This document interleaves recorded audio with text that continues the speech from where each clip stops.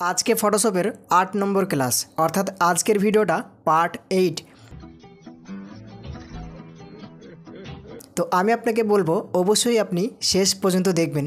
বন্ধুরা, আজকে যে টুল দুটো নিয়ে কথা বলবো আপনার অনেক হেল্পফুল টুল, ঠিক আছে। এই টুল দুটো দিয়ে আমরা অনেক ইম্পর্ট্যান্ট কাজ করি। কী ইম্পর্ট্যান্ট কাজ শেষ পর্যন্ত দেখলে আপনি জানতে পেরে যাবেন। দেখুন বন্ধুরা, আজকে আমি আপনাকে দেখাবো হিস্টোরি ব্রাশ টুল কীভাবে ইউজ করতে হয় আর অড হিস্টোরি ব্রাশ টুল কীভাবে ইউজ করতে হয়।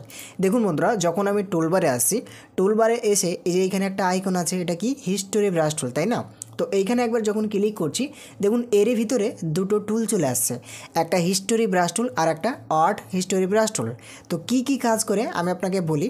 প্রথমত আমি আপনাকে মুখে বলি, তারপরে কাজে দেখিয়ে দেবো কীভাবে ইউজ করতে হয়। দেখুন বন্ধুরা, হিস্টোরি ব্রাশ টুল হচ্ছে যখনই আপনি আপনার ফটোশপ সফটওয়্যারে কোনো একটা ফটো ওপেন করবেন, দিয়ে সেই ফটোটার প্রথম থেকে শেষ পর্যন্ত যা কাজ করবেন সবগুলোই কিন্তু হিস্টোরিতে সেভ হয়ে যায়, মানে হিস্টোরি হয়ে যায়, ঠিক আছে। এবার আপনি শেষবেলায় যদি মনে করেন যে আমার ফটোটা যেমন আগে ছিল সেরকম করব, তাহলে কিন্তু এই হিস্টোরি টুলের মাধ্যমে করতে পারবেন। তো কিভাবে হিস্টোরি টুল ইউজ করতে হয় বা কিভাবে হিস্টোরি টুলের কাজ হয় আমি আপনাকে দেখাচ্ছি, আপনি দেখতে থাকুন। তো দেখুন বন্ধুরা, আমি একটা ফটো ওপেন করেছি। তো এই ফটোকের কোনো কাজ করিনি, শুধুমাত্র ফটোটা ওপেন করেই রেখেছি, তাই না, সেটা আপনারা দেখতে পাচ্ছেন।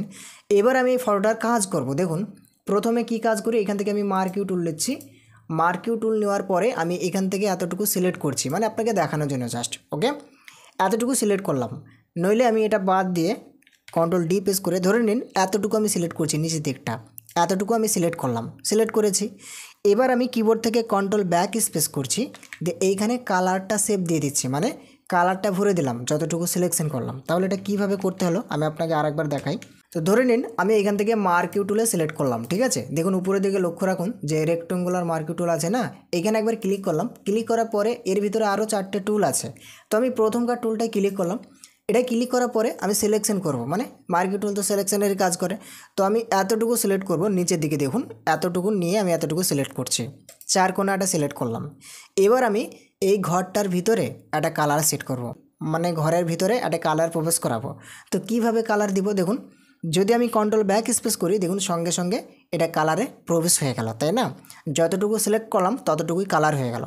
এবার আমি কি করছি, কিবোর্ড থেকে কন্ট্রোল ডি প্রেস করে দিলাম, তাহলে কি হলো, কালারটা সেভ হয়ে গেল যতটুকু অংশ আমি সেট করেছিলাম, মানে সিলেক্ট করেছিলাম, তাই না। তো এবার আমি আর একটা কাজ করব, সেটা হচ্ছে ধরে নিন এইখান থেকে আমি ক্লোন স্ট্যাম্প টুল নিচ্ছি, ওকে। ক্লোন স্ট্যাম্প টুলটা নিলাম।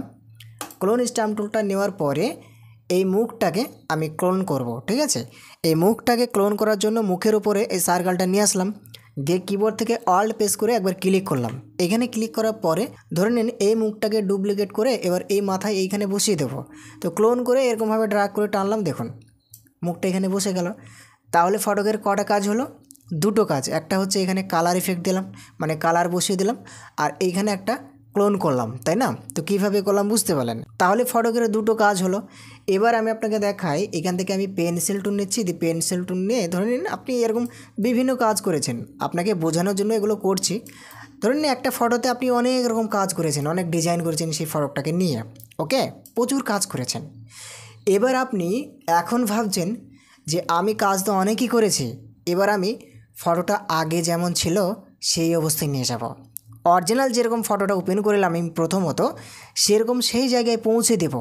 তো সেটা করার জন্য আপনাকে চলে আসতে হবে হিস্টোরিতে। দেখুন এই যে হিস্টোরি ব্রাশ টুল আছে, এইখানে ক্লিক করতে হবে।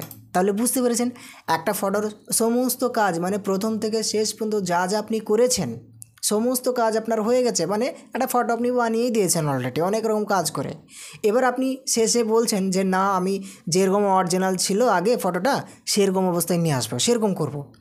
তো সেটা করার জন্য আপনাকে এই হিস্টোরি ব্রাশ টুলে ক্লিক করতে হবে। এখানে ক্লিক করার পরে উপরের দিকে লক্ষ্য রাখুন, হিস্টোরি ব্রাশ টুল এখানে ক্লিক করবেন। ক্লিক করার পরে দেখবেন এরকম একটা আপনার সার্কেল চলে আসবে। এটা আপনি আপনার মতো করে ছোট বড় করে নেবেন, ওকে। তো এটা প্রেস করলে ছোট হয়, এটা প্রেস করলে বড় হয়, সেটা আপনারা ভালোভাবেই জানেন। তারপরে আপনি উপরের দিকে লক্ষ্য রাখুন, প্রপার্টি বারে অপাসিটি এটা আপনি 100% রাখবেন। তারপরে ফ্লতেও আপনি 100% রাখবেন। রাখার পরে কি করবেন, এরকমভাবে ফটোকের উপরে জাস্ট ড্র্যাগ করে করে এইভাবে বুলিয়ে দেবেন। দেখুন অরিজিনাল আগে যেরকম ছিল সেরকম হয়ে যাচ্ছে। দেখুন বন্ধুরা, যেরকম একটা বোর্ডের উপরে লেখার পর রাবার দিয়ে যখন মাস্টারমশাইরা মুছে দেয় তখন কতই না সুন্দরভাবে সেটা মুছে যায়, বোর্ডটা যেরকম আগে থাকে সেরকম হয়ে যায়, তাই না?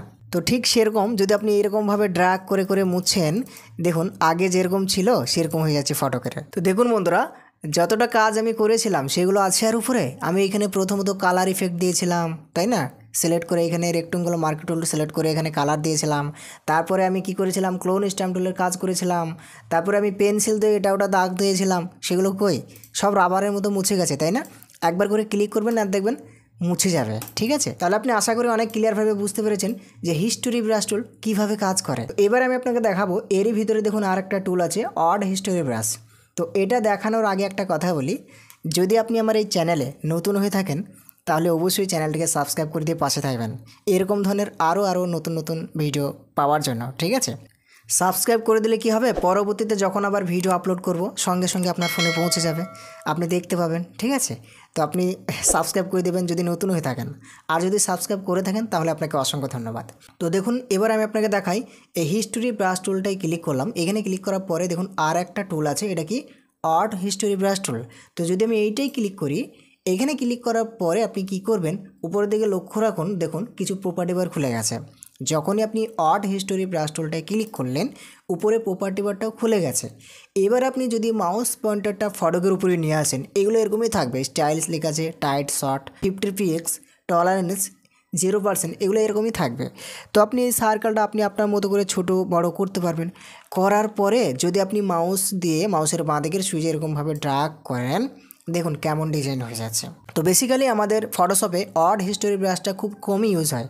যখন আমরা কোনো ধরনের কোনো ডিজাইন করি অড হিস্টোরি ব্রাশ টুল দিয়ে তখনই লাগে, তাছাড়া লাগে না। এই ব্যাকগ্রাউন্ড ইফেক্ট ফেলা হয়, ঠিক আছে, এরকমভাবে থাম্বনেল বানানো হয়, অনেক কিছুই করা হয়, কিন্তু আমরা ফটোশপে খুব কমই এটা ইউজ করি। ওকে, তাহলে আপনি জানতে পেরে গেছেন আশা করি অড হিস্টোরি ব্রাশ টুলের কাজ। ওকে, প্রথমত জানলেন হিস্টোরি ব্রাশ টুলের কাজ, তারপরে জানলেন অড হিস্টোরি ব্রাশের কাজ। তো আজকের ভিডিওটা এখান থেকেই ছিল। ভিডিওটা দেখে আপনি যদি একটু উপকার হয়ে থাকেন অবশ্যই একটা লাইক করে জানাবেন। যদি আপনার কোনো কিছু বলার থাকে কমেন্ট করে জানিয়ে দেবেন। ওকে, আর চ্যানেলে নতুন হয়ে থাকলে যেন সাবস্ক্রাইব করে দিয়ে যাবেন, আমি আপনাকে বারবার বলছি, এরকম যাতে আরও ভিডিও পান। তাহলে আজকের মতো এখান থেকেই আমি ভিডিওটাকে ফিনিশ করলাম। ভালো থাকবেন সবাই, নিজের খেয়াল রাখবেন, সব সময় বাংলা টিপস বিগিনার্স চ্যানেলের সঙ্গে থাকবেন। ধন্যবাদ আপনাকে।